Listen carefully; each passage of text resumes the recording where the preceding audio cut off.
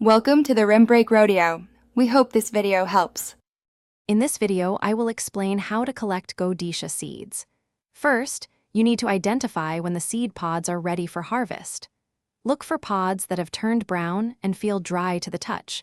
They should also make a slight rattling sound when gently shaken. This indicates the seeds inside are mature and ready to be gathered for future planting. Once you've identified the right pods, it's time to harvest them.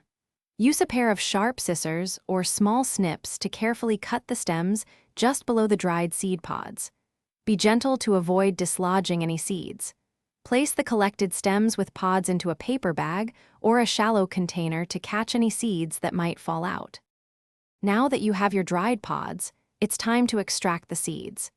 Gently crush the dry pods over a clean surface, like a tray or a piece of paper, to release the tiny seeds. You can then separate the seeds from any chaff or debris by hand or by using a fine mesh sieve to sift them clean.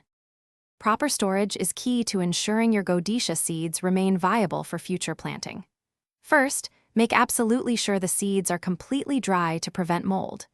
Store them in a cool, dark, and dry location, ideally in an airtight container or small paper envelopes.